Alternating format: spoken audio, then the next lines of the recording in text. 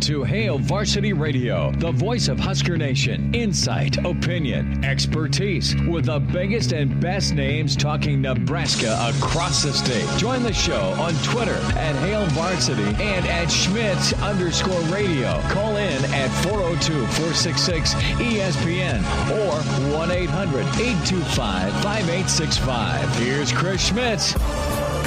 Welcome to it. Great to be with you on Hail Varsity Radio, presented by the Nebraska Lottery. Chris Schmidt, Elijah Herbel, as we gear up the eve of the NFL Draft. How good a weekend will it be for some former Huskers? We'll dive into that with a draft hopeful in hour two.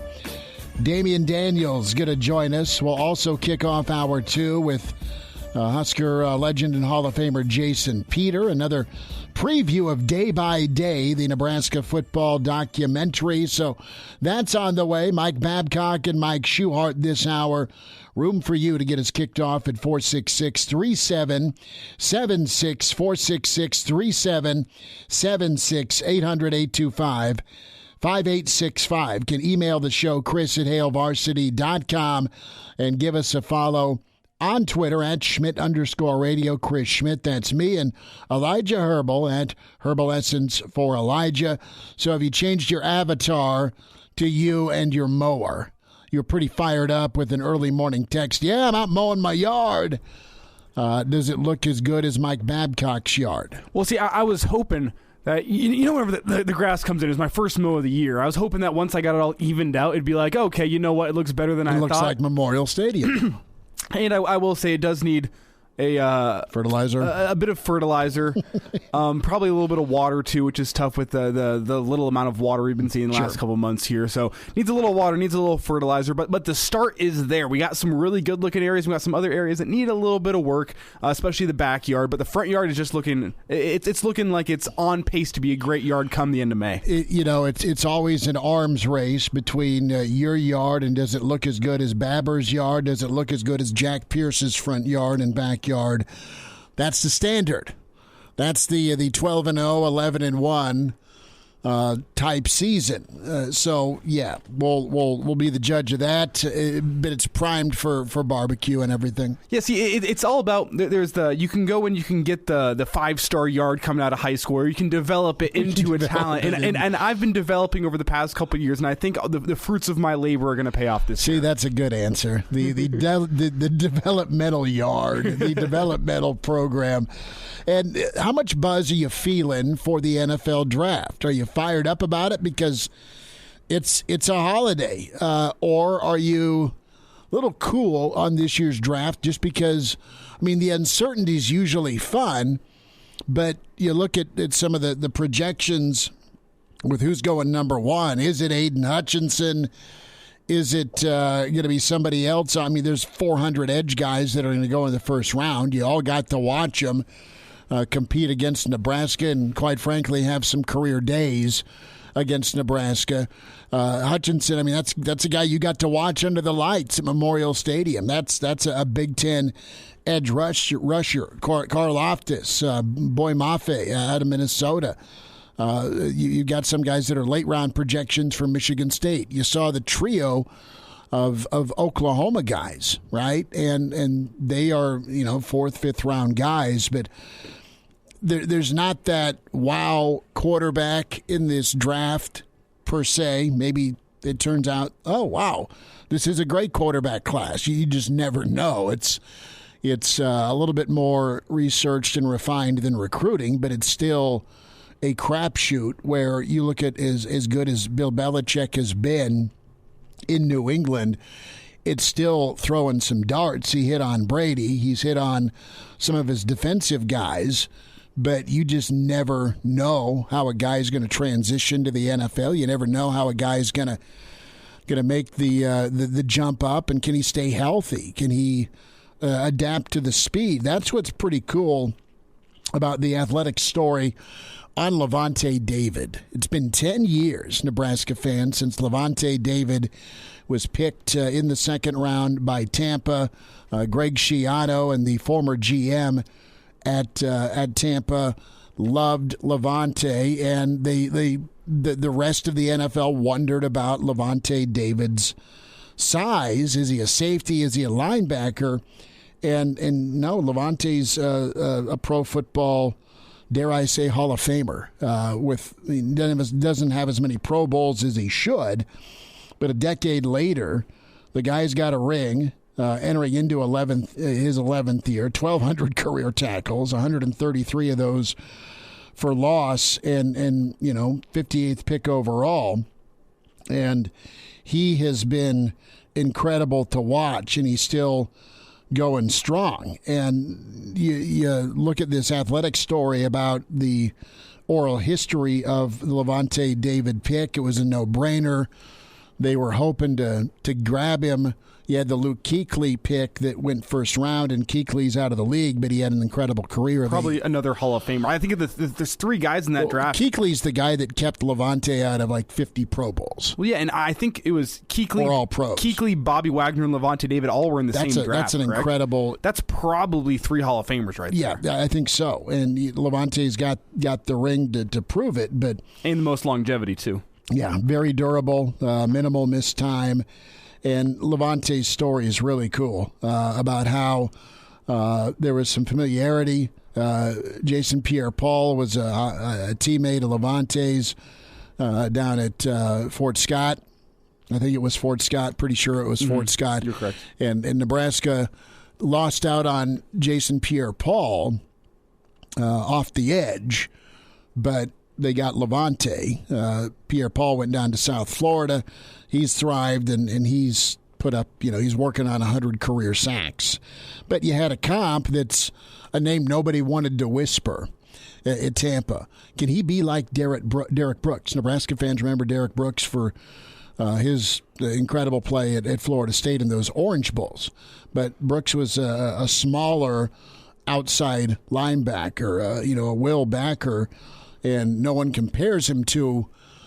compared to Derek Brooks, but Lavonte's got some of those traits, and that's what Tampa was sold on. Even former Tampa coach John Gruden, when he was doing the draft, really liked what Lavonte brought to the table. But that's a story of, well, the guy may, from a physical standpoint, be 6 foot 225. Can he translate to the NFL? The heart, determination, football smarts, and ability says yes, and he's proved it for now going into 11 years. Pretty cool. And he's kind of one of those guys. We've talked about JoJo's path to the NFL through the past couple weeks, it feels like. And I almost feel like Lavonte is one of those guys that was on the pioneering edge of this linebacker getting smaller in the NFL. He wasn't the first undersized linebacker, but he was kind of the mold that a lot of these Think about Coakley for Dallas growing up. Dexter Coakley was smaller. Elvis Dumerville for Denver was a long arms. I would never guess he's under 6 foot, but he is. But to your point, you've got guys that can come in off the edge and also are really good in coverage. I mean, Lavonte's incredible in coverage. And I feel like Lavonte's almost been the leading edge of that in the NFL over the past 10 years, and people are seeing what he's been doing for that Buccaneers defense. It might go undervalued by some national media taken people. For granted. But yes, the people in the league, yes, the coaches in the league, and they all understand what Lavonte has brought to that Buccaneers defense. And the only thing that hurts me about the whole situation is Lavonte David was off the board one after the Denver Broncos, who had Lavonte David on the board and instead went with Brock Osweiler. See, and there were some teams trying to trade up to get Lavonte, but it goes to the bigger discussion point of Nebraska football and Nebraska being a program that is known for producing NFL talent. And Nebraska will put guys into the league. Yeah, Nebraska's put a lot of guys into the league. We talked about this with Coach McBride, but you're going to have an opportunity this year for Nebraska to kind of get back to putting a number of guys that sign on the bottom line, either through the draft or as unrestricted free agents. And it's more open than ever because you want to get as good a player as you can at the cheapest price you can. And while the days of benching a first-rounder for an unsigned or undrafted free agent isn't super common, the Brady Bledsoe story isn't super common, it did happen with Russell Wilson. Russell came in, third-round pick. Seattle just spent a ton of money on a quarterback that Russell came in and beat out. Now, I don't know how much of that money was guaranteed, but Russell and Seattle thrived for about a 3 or 4 year window till you got to pay the guy top quarterback money. And what Nebraska has right now is Cam Taylor-Britt in that second to third round projection. Cam Jurgens right there, the same, second or third round. Cam's going to be the second center taken off the board, and there's a lot of centers lining up, specifically San Francisco or Arizona or Cincinnati. Those are the three, and even Philadelphia. I mean, they need to think about a backup plan for Kelsey, just because he's played a number of years. I mean, those are your four teams that one of those four, I think, will end up with Jurgens and Linderbaum. So your second and third round slot likely for Cam Taylor-Britt, Cam Jurgens. JoJo could be that fourth round to fifth round guy. And then does Austin sneak in to the fifth through seventh window? Samori Toure's garnered a lot of interest from NFL teams. He's met with a lot of NFL teams. So he's either maybe a late round or a priority free agent. Ben Stille, and listen, we'll talk to Damien Daniels here in about an hour. He understands that he's probably a sixth or seventh or a priority free agent. His brother went the priority free agent route, found a way to get some roster time on the practice squad, and then also a couple of ball games as well. I think Damion, his size and his athleticism, and 33 tackles last year for Damian Daniels is a really nice number. I mean, it's not Sue or Peter type numbers when it comes to 50, 60. I mean, Sue damn near had 80 tackles that senior season. But the point is you ask those big guys to get in the way and move the line of scrimmage, and it's gravy if they make the tackle before the linebacker gets there. Damien's a guy that I think has some upside. Same with Ben Stille. I mean, Ben Stille played really good football. He's an older guy. He's an incredible worker. He's been very durable. So those are some intriguing storylines heading in. Not only where do some of these Nebraska kids go, but how soon do they go? And, we can't leave out Deontay Williams. I mean, Deontay Williams, if he can stay healthy, is a guy that I think is so twitchy, quick, that I think he can come downhill and for sure be a special teams contributor somewhere. If we're talking about making a roster or being a practice squad guy, Markel Dismuke also has an opportunity. Same with Levi Falk. So we'll see. Brandon Riley had quite a run in the NFL when it came to some practice squads and just kind of being on the fringe there. Really talented guy. Turned some heads. Same with DeMornay Pearsonell. I mean, he was always in camp. He was always in preseason action, it felt like. And, Nebraska is going to have a banner 2022 when it comes to the NFL draft just because of the sheer number. When Monday hits, there'll be Nebraska will have a pretty good number next to their name of when it comes to schools that had teams either draft their kids or sign their kids, and that's been the norm for a lot of years for Nebraska. Nebraska climbing that ladder back up as a NFL producing school. And I don't think it's unreasonable to think that you could have 5 or 6 guys make an opening day roster for the NFL, make it through training camp and be on that roster whenever week 1 rolls around. And you look at JoJo, Cam Jurgens, Cam Taylor-Britt, Austin Allen. I think Damian Daniels can throw on that list. And I'd maybe even put Samori Toure on that list. I think he's fallen out. Or Deontay Williams. There's realistically 5 or 6 guys that I think could be on an NFL roster. Not just a practice squad, but actually on an NFL roster come week 1. Because, I look at a guy like Deontay Williams and I say, whenever I watched his season last year, it surprises me a little bit that he's not coming in at the end of draft. Same with Samori Toure. Then I know this year's draft with all the COVID craziness means it's a super deep draft. There's a lot of talent all across the board coming from all conferences in this draft, except maybe at the quarterback position. But everywhere else is really stacked, so I understand there's going to be some really talented guys coming out in free agency after the draft this season. But those are guys I look at and I go, wow, I think some NFL team is going to get themselves a steal, whether it be in the 7th round or as a free agent with those guys, because they impressed me last season, and I'm sort of surprised to not see them coming in at the end of some mock drafts. Well, you look at Nebraska's recent history. Hymas going in the 5th round. Gifford, of course, part of that 2019 draft. He is stuck and done really well in Dallas. Stanley Morgan has been a guy that has carved out a new role as a special teams ace for Cincy, and he got extended. Sethan Carter.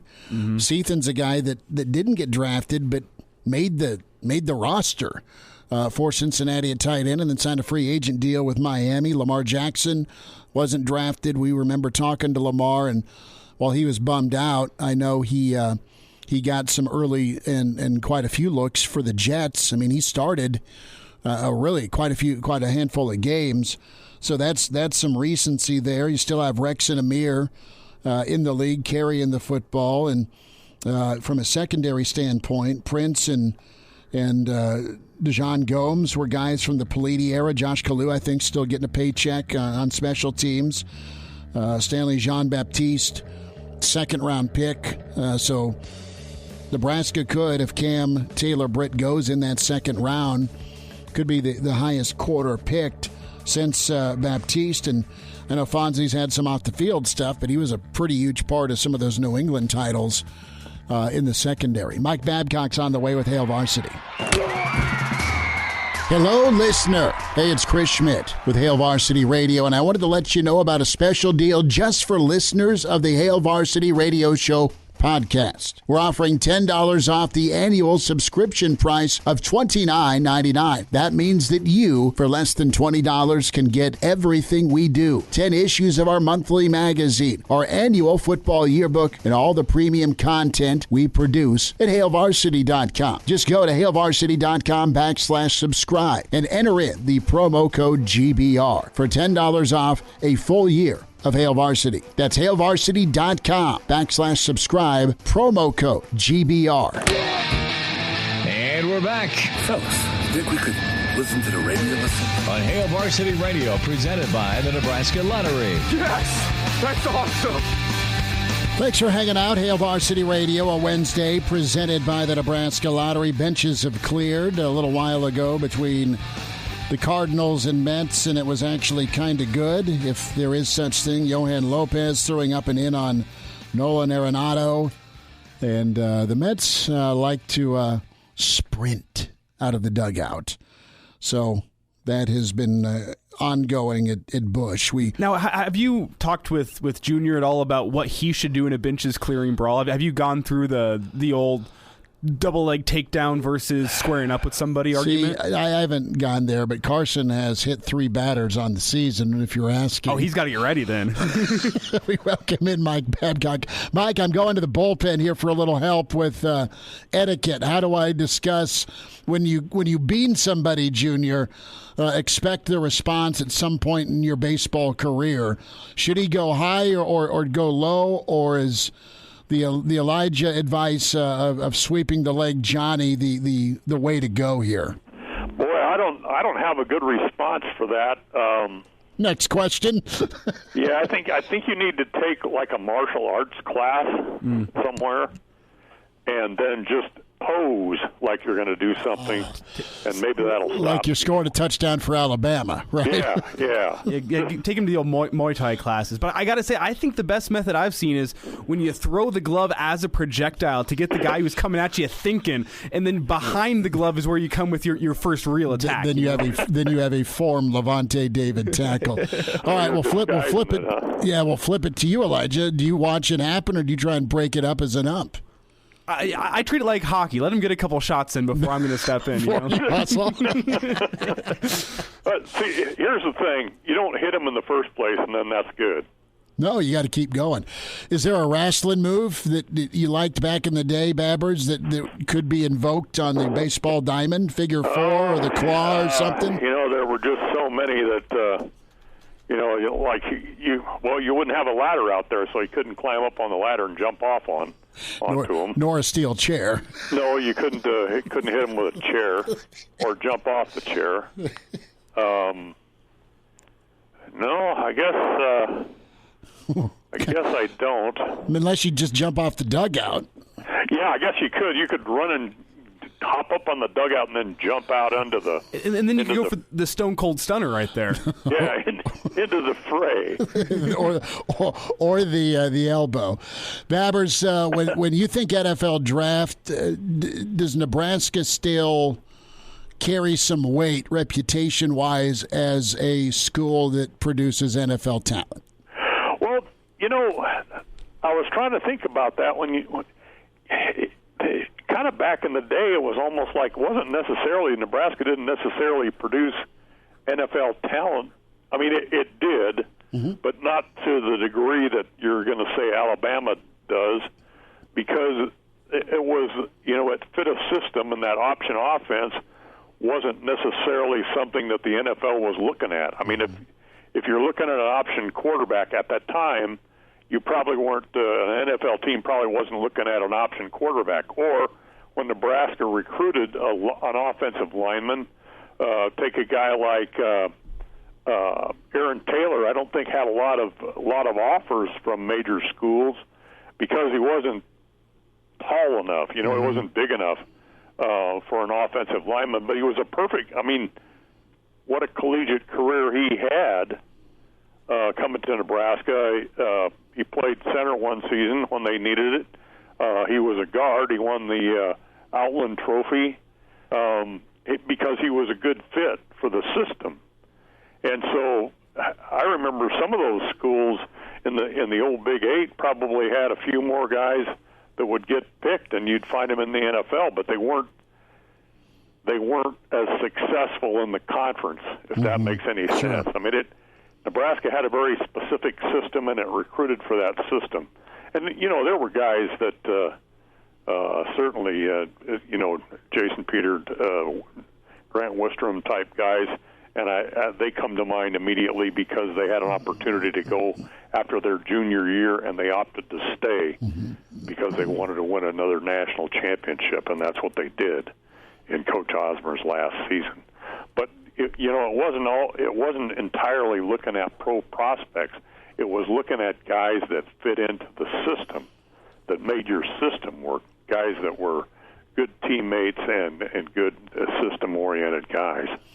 I look at, Crouch being a third-round pick because of how big-time of an athlete he was and probably still is a good athlete. Same with Frosty. I mean, he was, I think, a third-round guy that was just, you won a title, and I go play safety for Parcells because of how athletic. And then Nebraska was right there with Donovan McNabb. I mean, McNabb was like the only option quarterback that comes to my mind. He ran option at Syracuse.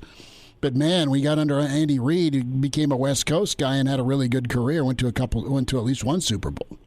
Yeah, Donovan McNabb, that was an interesting thing. Charlie recruited him, right? Yeah, Charlie had him, and I think Danny Lee ticked him off. The key, because he wanted to play basketball as well, and Danny didn't want a guy dividing his time between football and basketball. That's a sore topic. You could have had him, but didn't work out that way. Well, it'll be fun to watch this weekend, and we've kind of detailed the Huskers that have an opportunity, and I'm just wondering, from a scout's perspective, you look at the talent Nebraska's losing from this last season, and the talent that have great opportunity to make the jump to the NFL. And then you look at the record at 3-9, and I'm sure that's come up with interviews and scouts and front office people when they've done the interviews with all these kids. Yeah, it probably has, but again, you can find guys that are NFL quality just because the team didn't have the record that you want.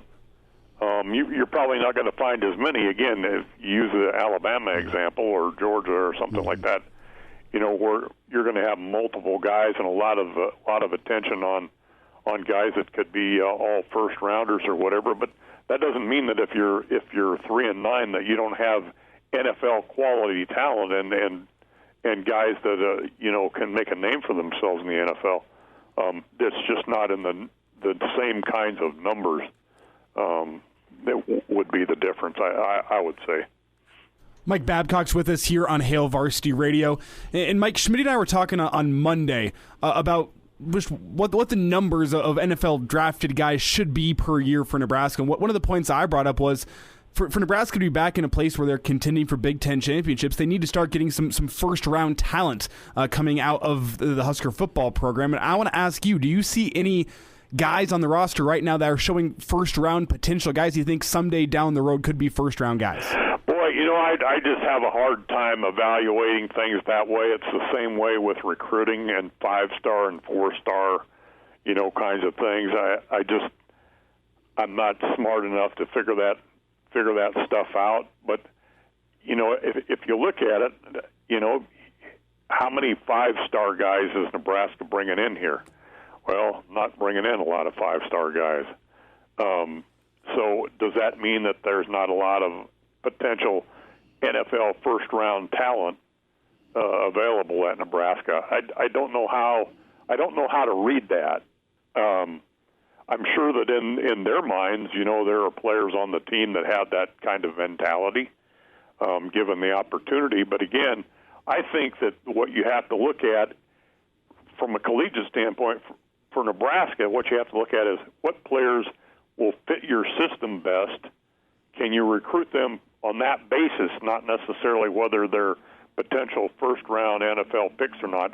I don't know if that's entirely the only way you can evaluate how good talent is. Although, again, I keep bringing up Alabama. Mm-hmm. Alabama every year has guys that fit that mold in just about every position area. But that I want to go back to up front, the offensive line, the defensive line. That's where you got to start with guys, and so Nebraska had a pretty darn good offensive lineman in Cameron Jurgens, mm-hmm.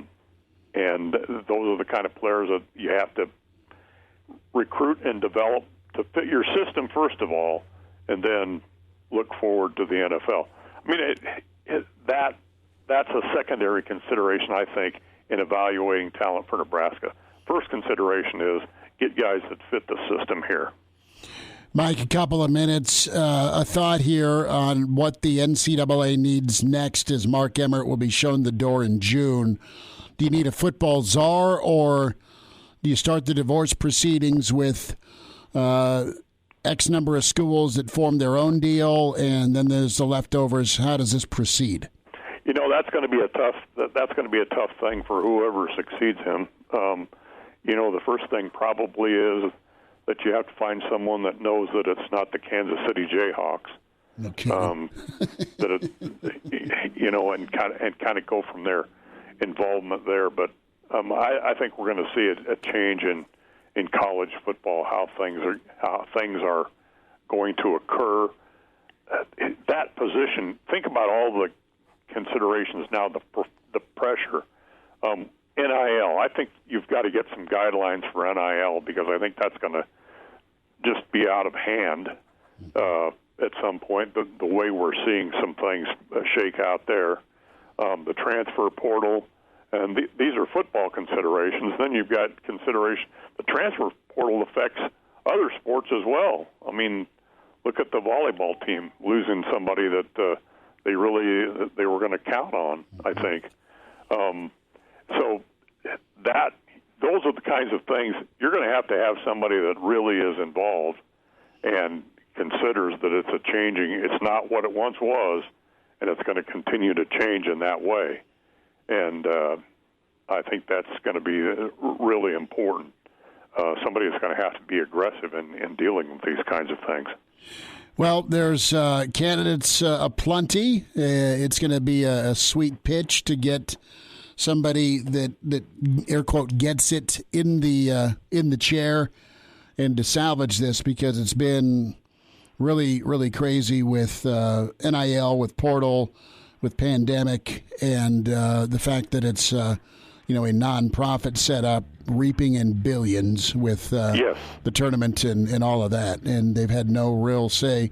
They've had rules made for football, but they don't make any money off the college football playoff.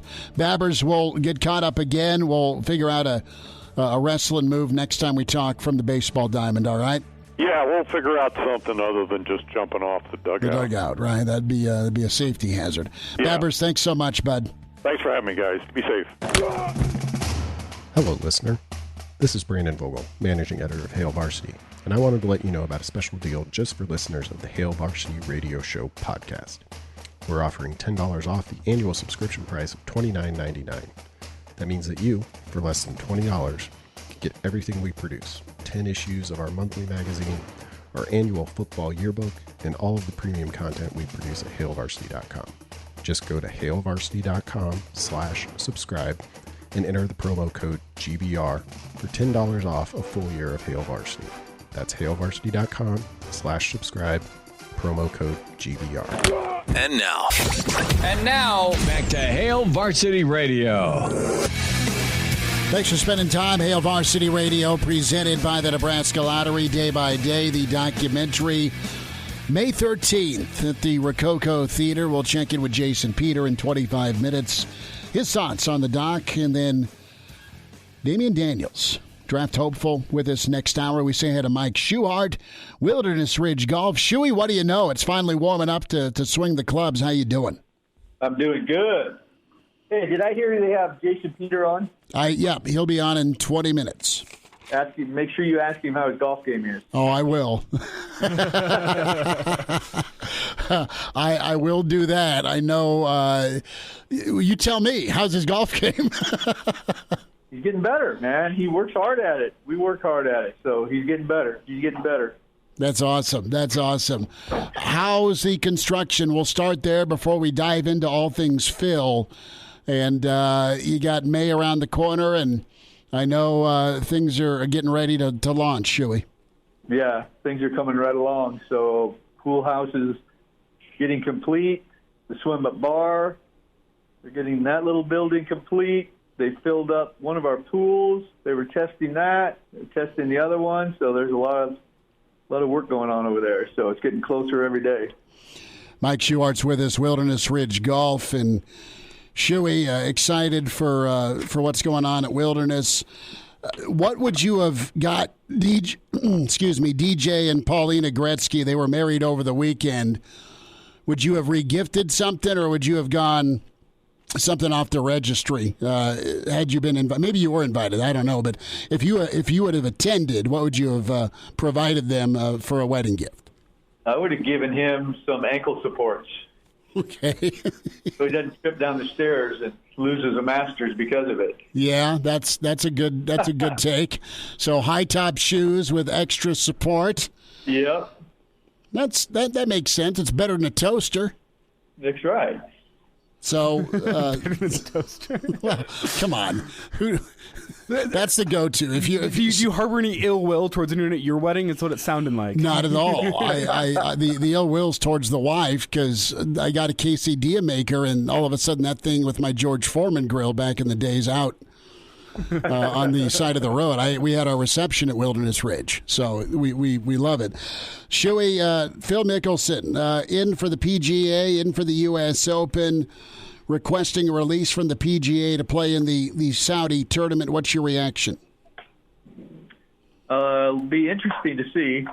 You know, somebody asked me the other day about the Saudi tournaments, and it's like they actually asked me, it said, if you were in that same position, would you play or wouldn't you?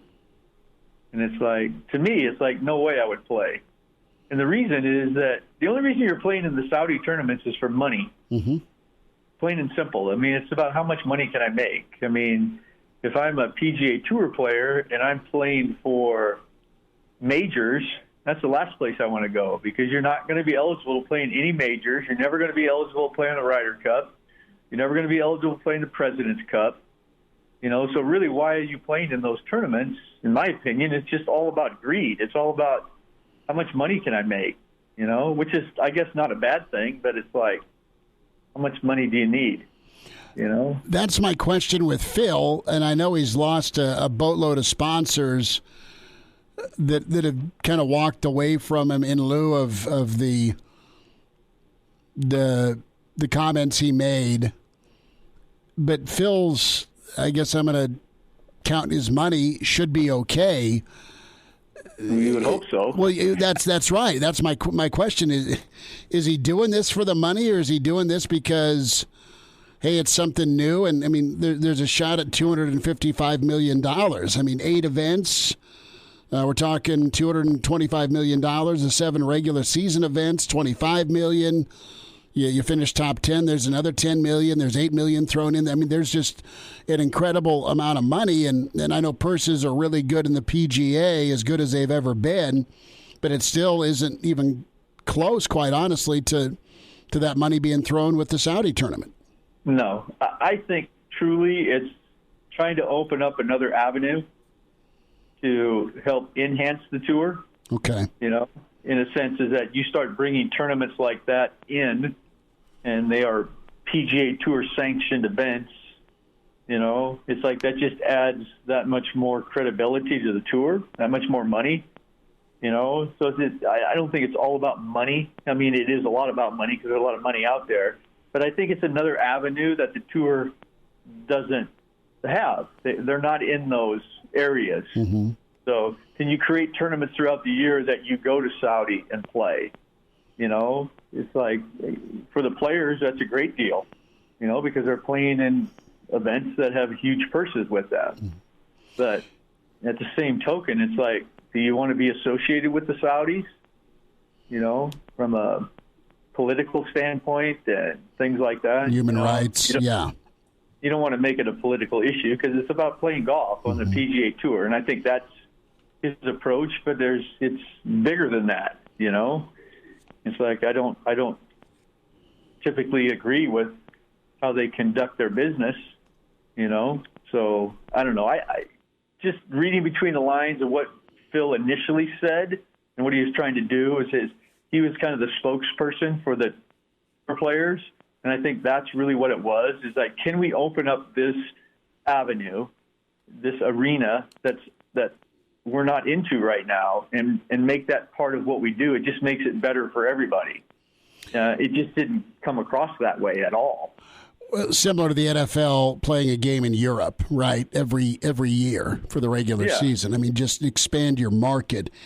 What's your take with Jay Monahan, though? I mean, you go back to his May comments, the threat being anyone who joins the Saudi League faces suspension, potential lifetime ban. Is that hard and firm, or is that softened, do you believe, since May?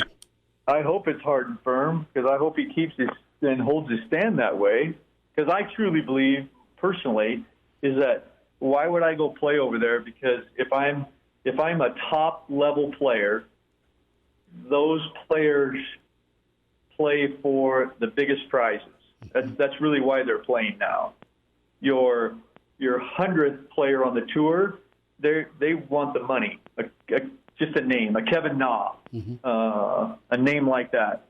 You know, it's like, is Kevin Na ever going to play on the Ryder Cup team? Is Kevin Na ever going to be selected to the President's Cup? You know, is he going to win the Masters?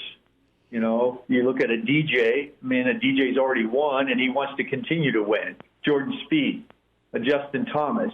So are they willing to sacrifice? If Jay sticks to his guns, he says, you're not eligible for any of that. So if that's not a big deal to them, which I think it is, knowing those guys, it's like once you get to a certain level, you're playing to win majors, you know, and play at the highest level that you can in the most prestigious events. So it's not just going to Saudi and playing in the Saudi Open and missing the Masters. I mean, that's not even a comparison. I don't care if the purse is 10 times what it is. The Masters is the Masters. The Saudi Open is the Saudi Open. They don't hold the same weight, you know. So I just don't see your big names doing that, you know, because there's nothing to gain other than just lots of money that they already have. Some things are more than, you can't put a price on a green jacket. Pretty much is. You can't go buy one. You got to win it. No, you got to absolutely win it.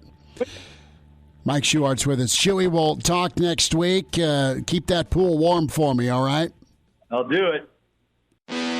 Chime in, 402-4 466 ESPN or email the show, Chris@HailVarsity.com. Just try me. Try me. Back to Hail Varsity Radio.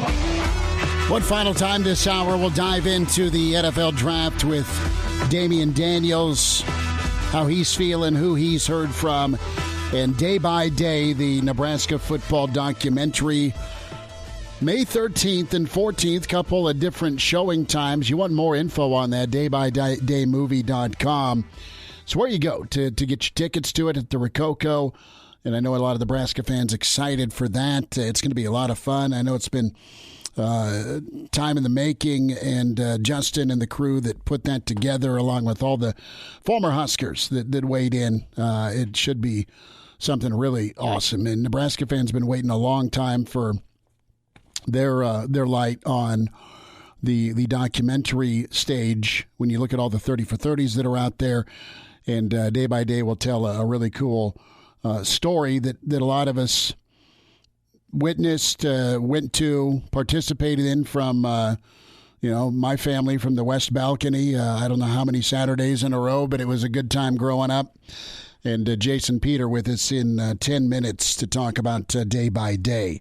Reminder to get buckled up. Game preparation and repetition predict success, and winning drivers and vehicle passengers who always use their seatbelt will increase their survival chances if a crash should happen. Remember, always buckle up. A message from the Nebraska Department of Highway Safety Office.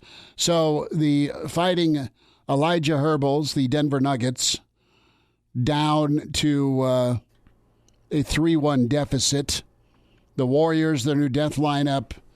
Wiggins has looked incredible. Tip-off tonight, Golden State -6.5. How you doing tonight? Have you bought some ice for that drinky drink, or are you going to just step back and go, okay, they lost to Golden State, moving on?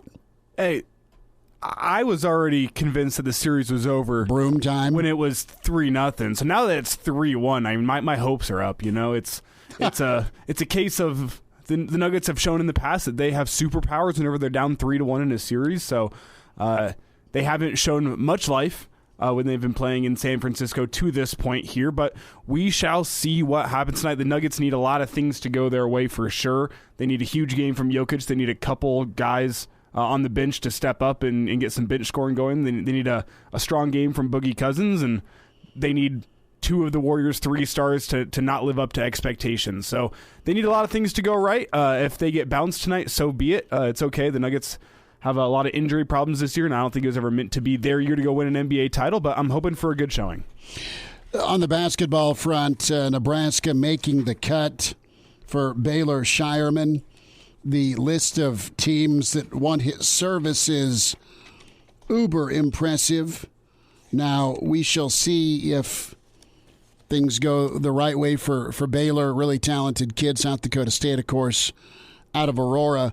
He is down in Atlanta with the NBA pre-draft camps going on, and he wants absolutely to get to the next level, the next league, and not have to come back to college. But Nebraska and Creighton both in it because of the Nebraska tie. So is Kansas and Kentucky. And Duke. And Duke and Arkansas and Texas and Wake. And, I mean, it's quite a list. But the guy can just rock from three-point land. Really impressive facets of his game with assists and rebounds as well. 47% from distance. We'll see if things shake out in favor for Nebraska or it's NBA for Shireman. Jason Peters up next. Pardon the interruption, but I'd like to save you some money. Hey, it's Chris Schmidt with Hail Varsity, and I wanted to offer listeners of this podcast $10 off the price of an annual subscription. That means that you, for less than $20, can get everything we produce. 10 issues of our monthly magazine, our annual football yearbook, and all the premium content we produce at HailVarsity.com. Just go to HailVarsity.com/subscribe and enter in the promo code GBR for $10 off a full year of Hail Varsity. That's HailVarsity.com/subscribe, promo code GBR. Welcome to Hail Varsity Radio, the voice of Husker Nation. Insight, opinion, expertise, with the biggest and best names talking Nebraska across the state. Join the show on Twitter at Hail Varsity and at Schmidt_radio. Call in at 402-466-ESPN or 1-800-825-5865. Here's Chris Schmidt. Back into it at Hail Varsity Radio, presented by the Nebraska Lottery. We welcome in Husker legend Jason Peter with us to talk day by day the upcoming Nebraska documentary. Jason, thanks for a few minutes. How you doing? I'm good. How are you, Chris? Good. And I know a lot of Nebraska fans excited about Day by Day, the two-part documentary coming out. That'll be May 13th and 14th at the Rococo Theater. DayByDayMovie.com is where you can go and get the movie tickets for a big weekend. Jason, I'm anxious to hear your perspective on this and just your role in this documentary. You're a major piece of the championship years, that golden era. What are you wanting with this film as far as, what do you want Nebraska fans to see and experience? I just think it's a neat deal and a different deal where, everything that's been done, whether you're talking about Nebraska or you're talking about, any other program that had some sort of run and, where they're coming from a fan base where, people, they eat that stuff up. They love it. I mean, there's Nebraska football. That's the only show out here, right? So even when we talk about teams that are 25 years removed, right, there's a large part of this state that still feels like kind of it was yesterday, and they know all of the characters that are in this movie. But now you're getting it from, the kind of inside that locker room. Obviously, certain stuff you'd hope is just kind of locked away in the vault and never to be heard from again. But for a lot of the stuff that went on, back then, you're kind of gonna hear about it firsthand, right out of the horse's mouth here, and guys are gonna tell you kind of exactly how it was or what was going through their heads. So it will be a much different perspective than I think, most documentaries that are made out there, just, not just in Nebraska football, but in sports in general, I think. Jason Peter is with us, Hail Varsity Radio. Find him on Twitter at Jason Peter. Day by Day, the documentary, May 13th and 14th at the Rococo. And be sure to log on and get your tickets today, DayByDayMovie.com. Coach Osborne talked a lot about chemistry. What did you notice the first time you stepped in that locker room, Jason, with the team you were joining? Yeah, I mean, it was an intimidating thing, much different than now. And obviously being down there and helping out, the way I have over the last couple of years, you kind of get to see how freshmen, walk into the locker room. And it's different. You kind of were just, you didn't want to be, quote unquote noticed, back then. You just kind of wanted to go with the flow. You wanted to have to do everything, but you kind of didn't want to be noticed, because if you were noticed, well, there's a good chance that, the older guys were going to make some sort of example out of you, whether it's, in good nature, sort of fun, or if, they think that you're a little too cocky for, 17, 18 years old, then it will be a different approach than sort of, those welcoming arms that people like to talk about. So, it was intimidating, and, it was this high-powered machine that was moving at the time.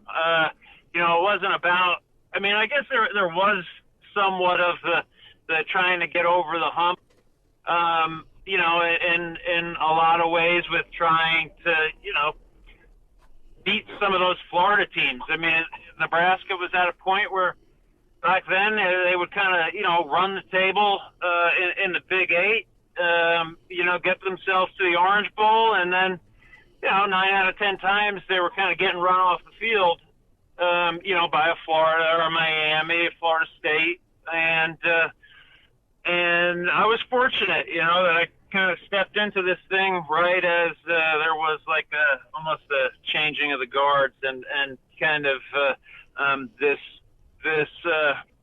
idea that losing any game is not acceptable. Like the goal was to win them all, and I know every team kind of can say that going in, but that was the truth. It was there was this firm belief, this firm mindset that we weren't going to lose to anybody. And if you were a guy that was okay with losing a game or two games, then chances are you were not going to fit in this crew. It was the only standard, the bar that was set was having a zero under that L column, and that was just the way that it was. Jason Peter, a couple more minutes with us. Day by Day, the documentary on Nebraska football, the incredible run, 60-3. The Rococo Theater, May 13th and 14th. More showings, of course. DayByDayMovie.com is where you go get your tickets. And Husker legend Jason Peter joining us to talk about the documentary. Jason, do you remember kind of a come to Jesus in the locker room, either giving one or receiving one? Well, you kind of had to. There was this little saying where you had to kind of pay rent. And you got your initiation, let's just say, into Nebraska football when you got kind of moved up to that varsity locker room. But, for as great as the varsity locker room was, I think also being in that freshman locker room played just as big an impact in guys' life because it was, number one, it was a kind of a earning your stripes sort of deal. So, it was something that you knew everybody who had come into the program, who was successful in the program, had gone through the same sort of path, and they had to do the same thing. But then it also made you kind of appreciate, the varsity locker room and being up in that sort of being part of that brotherhood, because back then it was, that freshman locker room. I mean, you got to know your fellow freshman teammates real well. You kind of, you knew where guys had birthmarks where you wished you didn't know that information.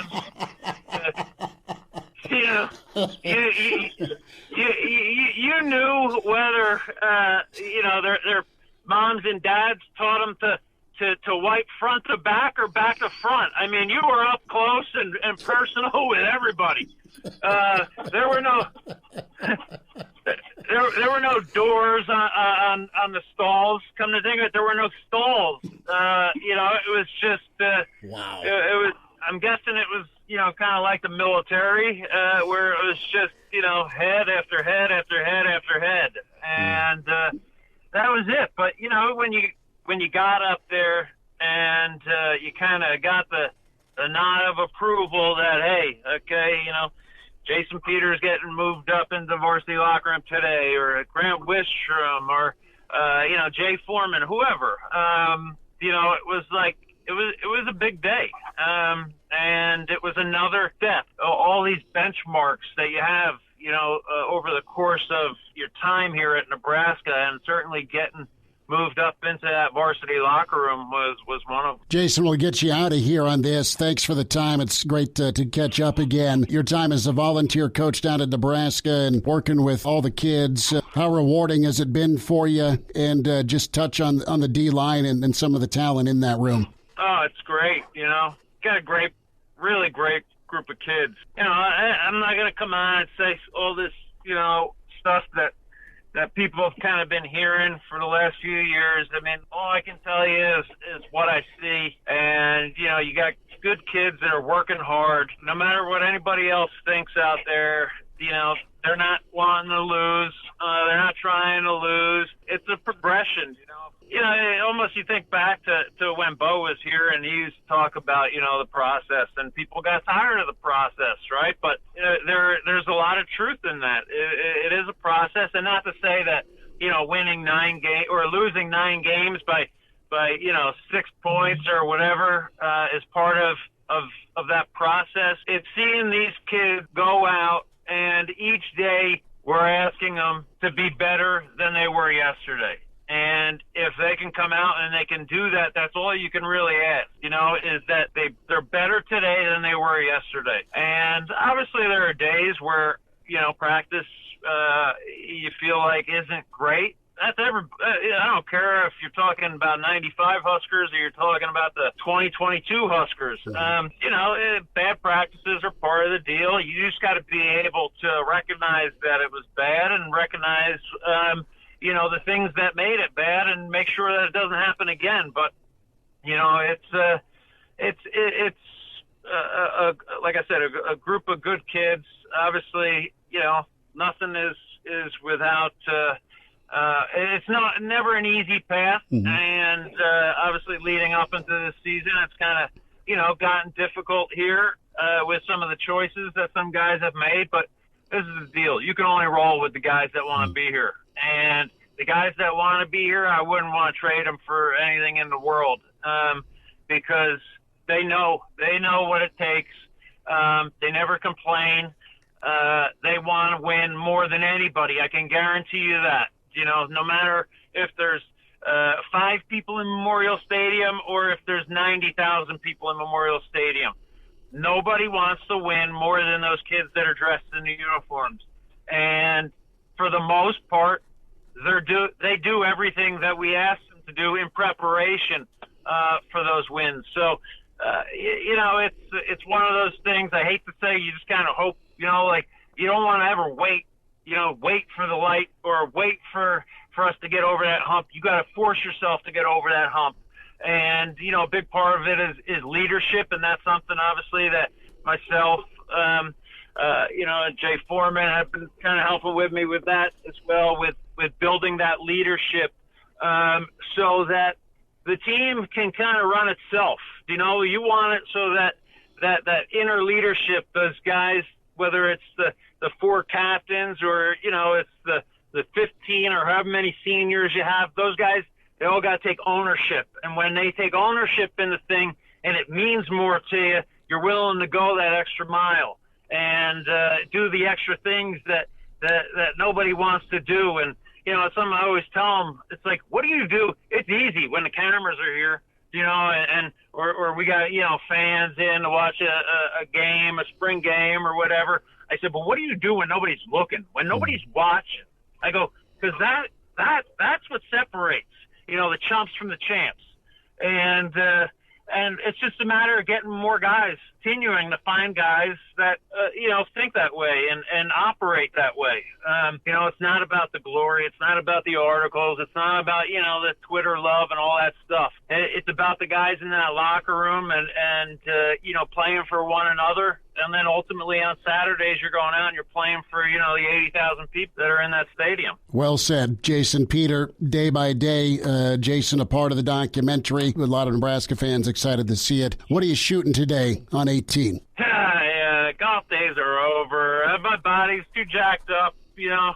Now it's just about teaching the young with the kids. And was never good enough to be a teacher anyway at golf, so I'll leave that to the pros. But geez, with all this wind out here, you know, in Nebraska lately, can't be fun to be playing golf. It's a challenge for sure. Jason, best to you. Thanks for a few minutes today. Anytime, Chris. Talk to you later. Good stuff from Jason Peter, day-by-day documentary, and loved hearing his perspective on it, specifically the legendary freshman locker room. I can only imagine But who had birthmarks, who didn't, hygiene topics. But yeah, that's pretty big for Nebraska to have guys like Jason and Jay down there, because you've heard Coach Osborne talk about it. You hear Coach McBride talk about it, the leadership, the chemistry. And it's easy to say, hey, yeah, there's good leadership, there's good chemistry, and then there's difference-making leadership, difference-making chemistry that turns a really good team into a great team. And then the thought is to pay it forward.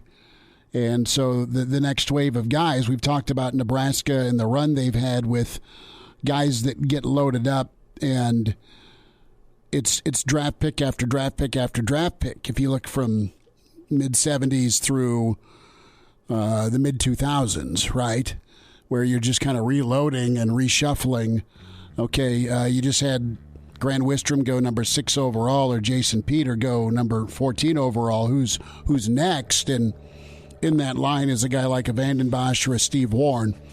So you gotta get it done on the field performance-wise, but it starts in the locker room. One of those guys moving on from Nebraska, and hoping to hear his name this weekend, Damian Daniels. We'll talk with the defensive tackle next on Hail Varsity. Pardon the interruption, but I'd like to save you some money. I'm Brandon Vogel, managing editor of Hail Varsity, and I wanted to offer listeners of this podcast $10 off the price of an annual subscription. That means that you, for less than $20, can get everything we produce: 10 issues of our monthly magazine, our annual football yearbook, and all of the premium content we produce at hailvarsity.com. Just go to hailvarsity.com/subscribe and enter the promo code GBR for $10 off a full year of Hail Varsity. That's hailvarsity.com/subscribe, promo code GBR. And we're back Fellas, think we could listen to the radio listen? on Hail Varsity Radio, presented by the Nebraska Lottery. Yes! That's awesome! Back into it at Hail Varsity Radio, presented by the Nebraska Lottery. NFL Draft Week. We'll have the draft going Thursday, and we welcome in defensive tackle with Nebraska, Damian Daniels. Follow him on Twitter at @dboogie_93. Damian, how's the week been for you, man? Thanks for the time. It's been good. I've been, just staying busy, just working out and just running, staying in shape and everything like that. It's a big time in my life right now. Just blessed and happy to be where I am. What are the plans for you with the draft weekend? I'm not doing anything big. Just my family. They're going to come over and share the moment with me whenever I get a call.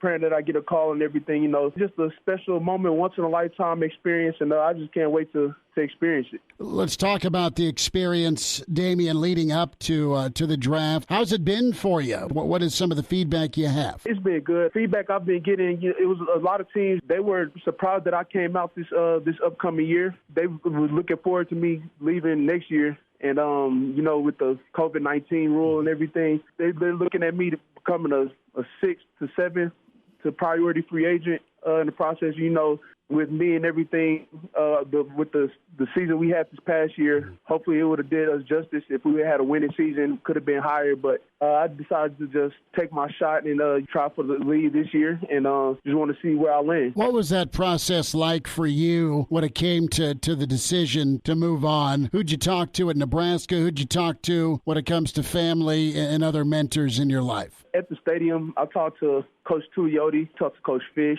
Coach Chins, and Coach Frost, and everybody wanted me back for another year, and it was a hard decision. And talking to my brother and the twins and my roommate Deontay Thomas, they just told me, "Hey, it's my choice.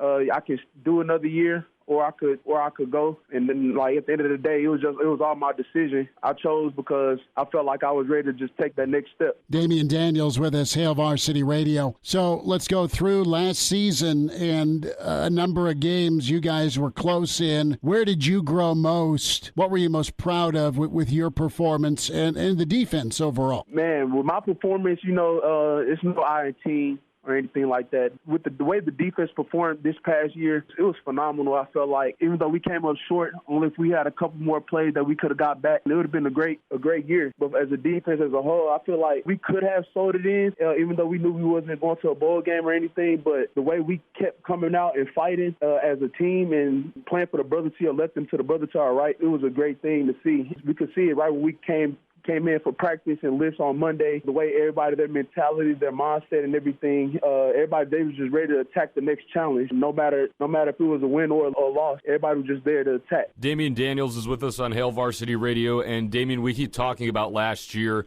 and how many close games there were, and a defense that was as dominant as the one you played on last year.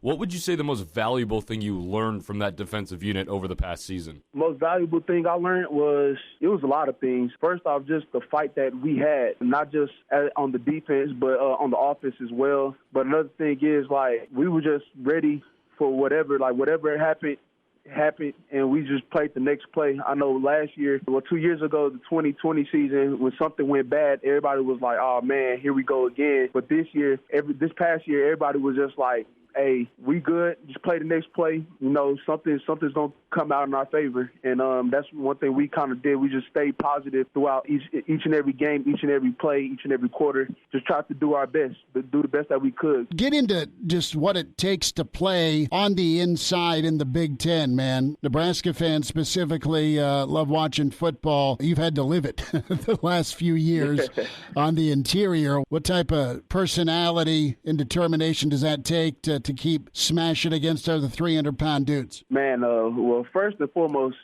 it all starts by being a dog. You got to have a dog mentality. When I say dog mentality, you got to line up each and every day and just look the man across from you. Just let them know that you're going to be there.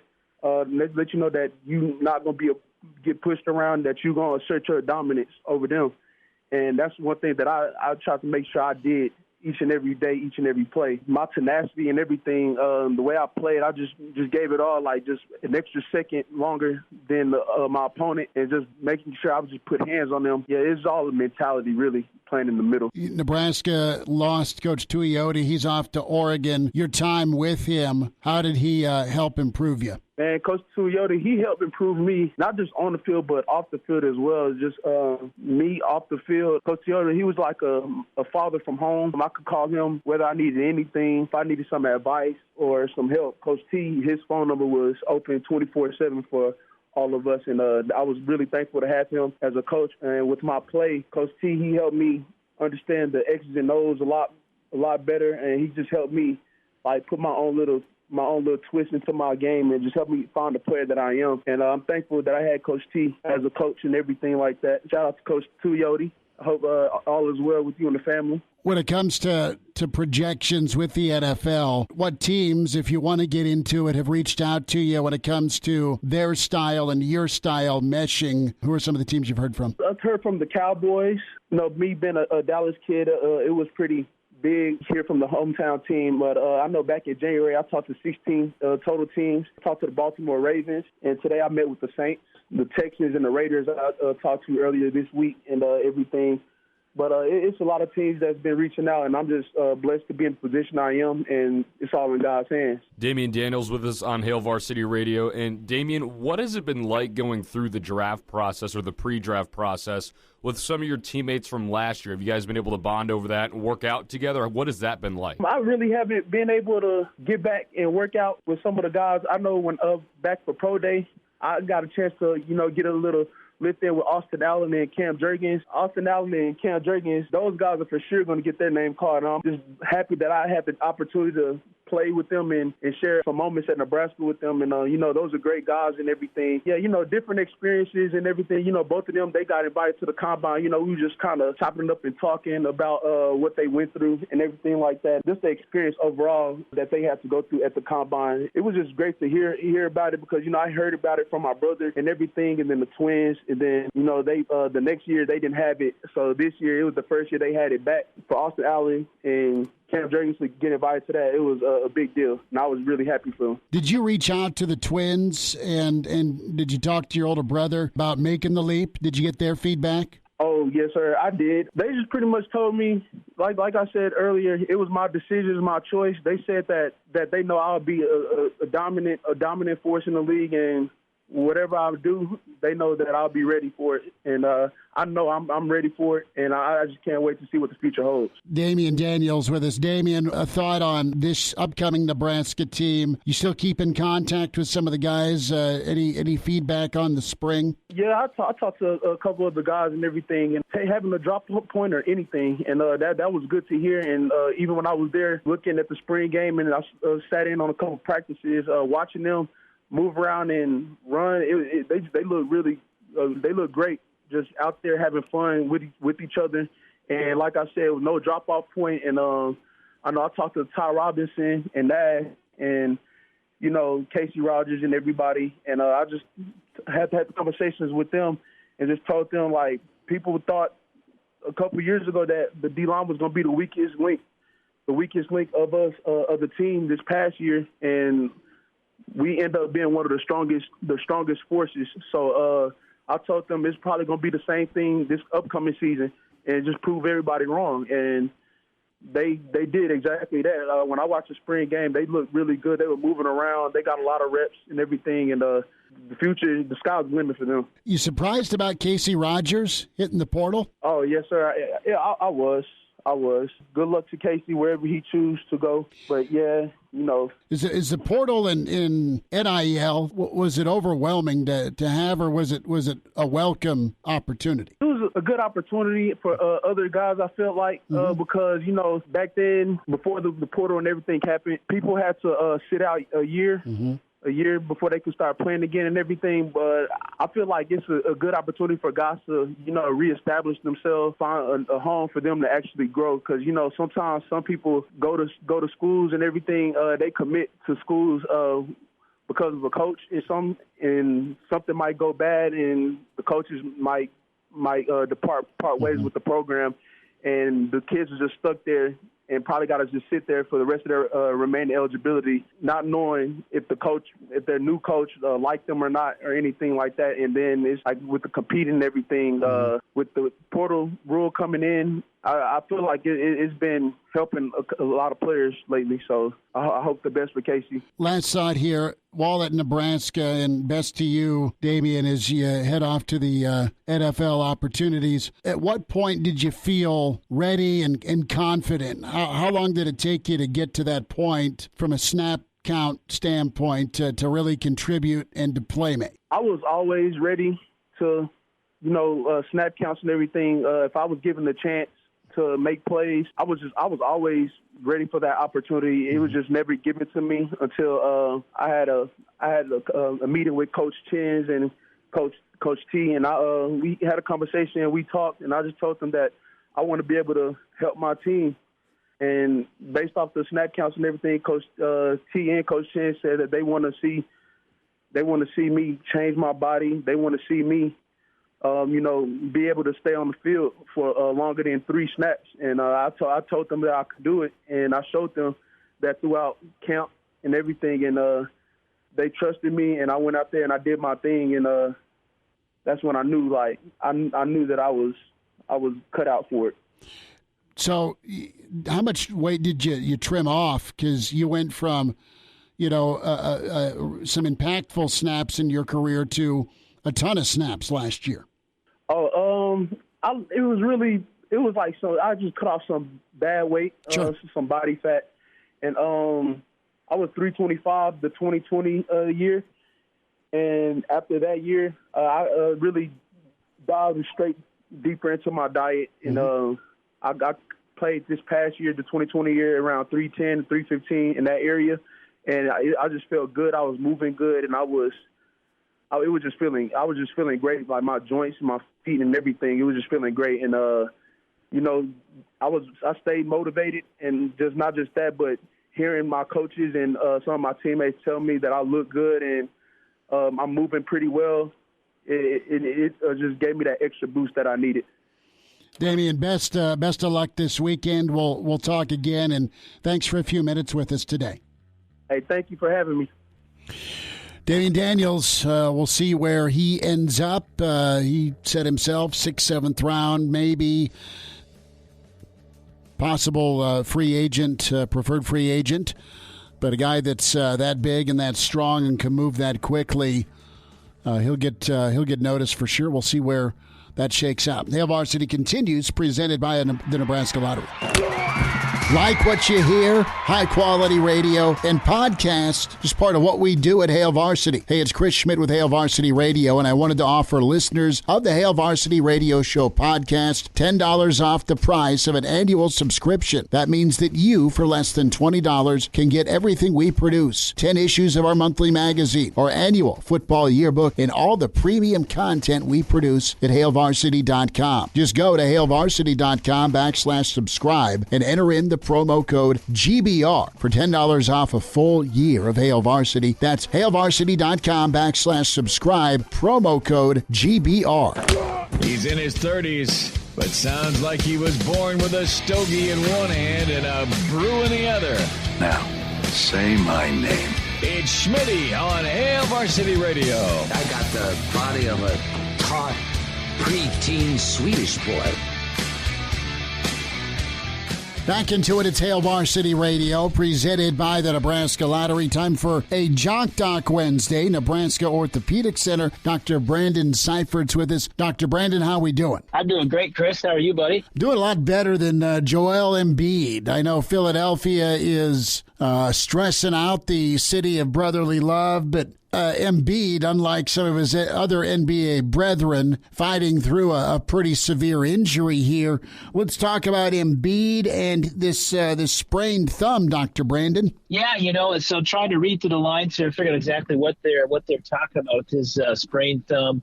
Obviously, kind of a variety of things can happen with this type of injury. What I assume they're talking about here would be what we call a UCL, or ulnar collateral ligament type of injury. We've talked about that before, kind of in the elbow. This will be a different area. If you kind of zero in on your thumb and the base of the thumb, basically kind of where the knuckle would be, if you will, of your thumb, we call that the MCP joint. On the inside part of that, if you were to think about taking your thumb and pinching a piece of paper between your thumb and your index finger, that's kind of what that ligament does. It provides support there, stability there. What happens is kind of a sprained thumb, you kind of pull that thumb to the same side as the thumb, and it stretches out that area, stretches out that ligament. You kind of lose that ability to bring that thumb closer to your index finger. And that's essentially what's probably happened here. It sounds like he's going to want to continue to try to play through this. It does make it a challenge, though, when you think about this as his shooting hand and trying to grip the ball, trying to have that control on the ball can be pretty problematic with this type of injury.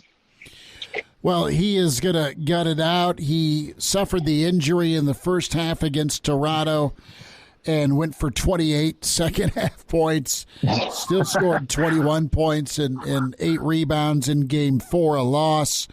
Philly's teetering right now, up 3-2. So it's a little difficult there, but surgery is going to be required. Let's talk about the procedure here, Dr. Brandon, to fix this ligament issue, and what's the long-term effects, and can he make it, I don't know, beyond repair in some instances by continuing to play with it? Yeah, great questions, Chris. So, just answering that kind of last one, can he continue to play as he is without getting it fixed? Definitely can. Probably is modifying a little bit with how he's shooting and maybe how he's gripping the ball. But really, I'm surprised with the amount of things athletes can do with this injury. Obviously, it depends on even the severity of his injury and the sprain and kind of the looseness that's there. But when you look at this from a surgical perspective, these do well. I would assume he should better return and have a really good prognosis for getting back to same level or higher. The issue is kind of on the recovery side. You're looking at something like this. I'm thinking probably a 3 to 6 month kind of recovery scenario with him.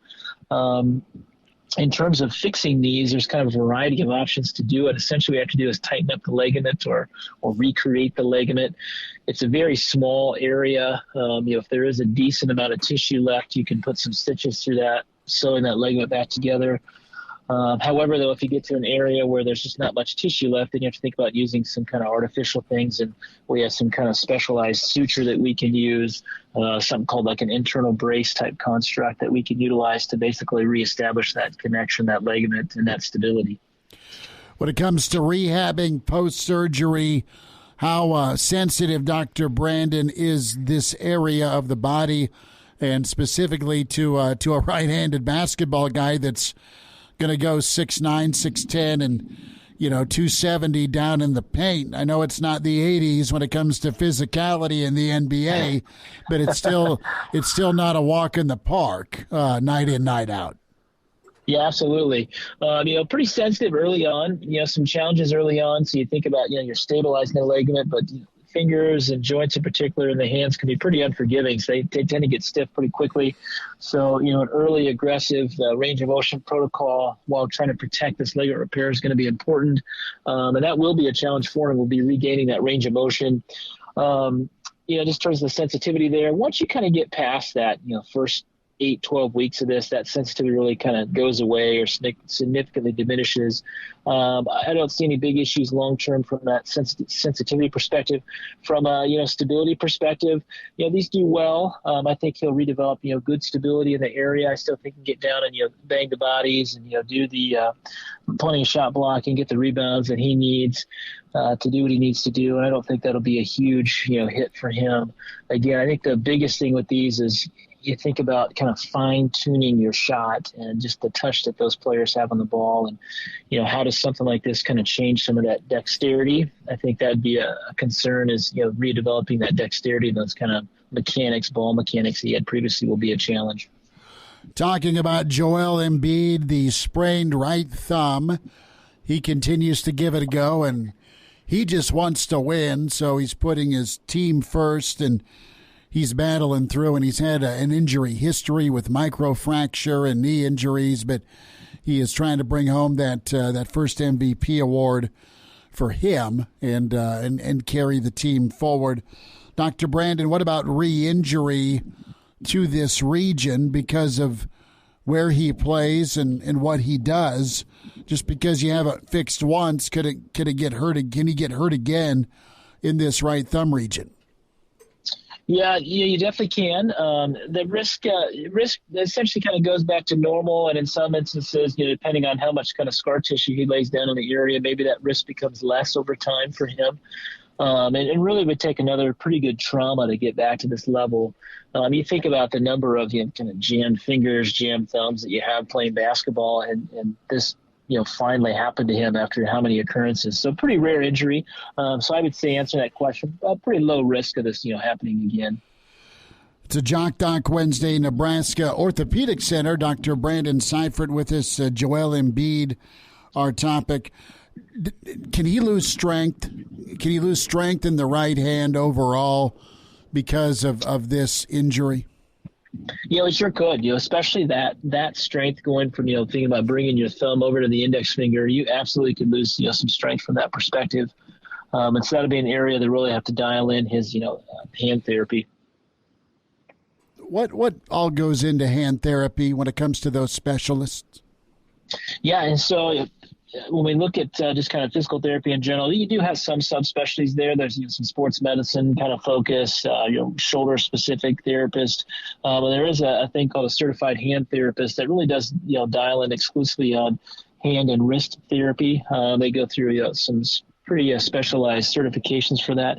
It's a delicate area. Again, we always want to try to preserve motion, be aggressive with motion. But as you're recovering from certain things, there's some really specific protocols you have to follow to kind of maintain that motion, but also protect the repair that you've done. And that's where having a certified hand therapist is really helpful for a lot of those kind of hand and wrist injuries. We're fortunate here in Lincoln. We have some really fabulous ones here in Lincoln, and they make a big difference, especially when you have some kind of specialized, tendon repairs. This would definitely fall in that kind of specialized category with this ligamentous repair. Having somebody who's really well versed and just basically knowing how hard to push somebody with certain range of motion, but also protecting that ligament repair while maintaining motion elsewhere is just super, super critical.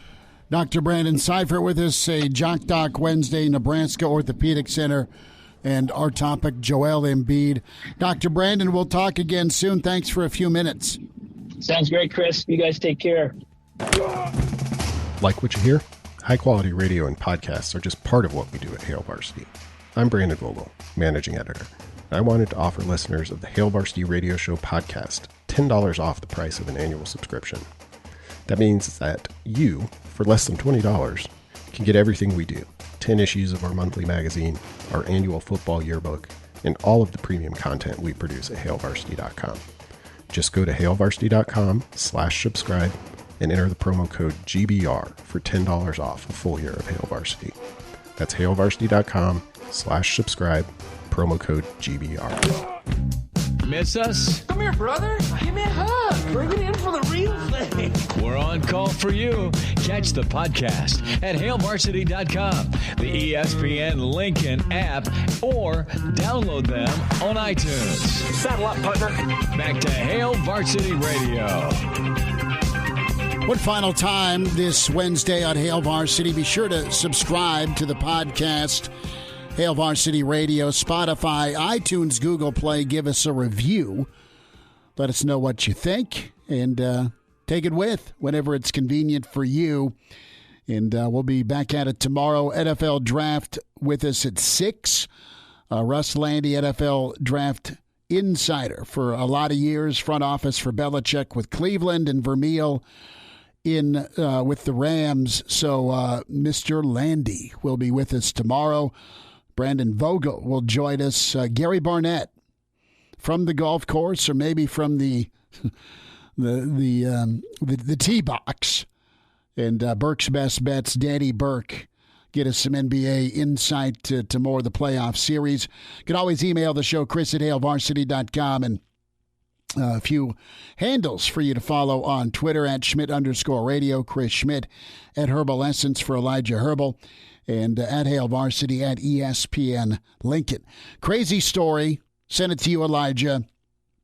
So there's a older gentleman that likes to golf in Florida. Shocking news, crazy headline.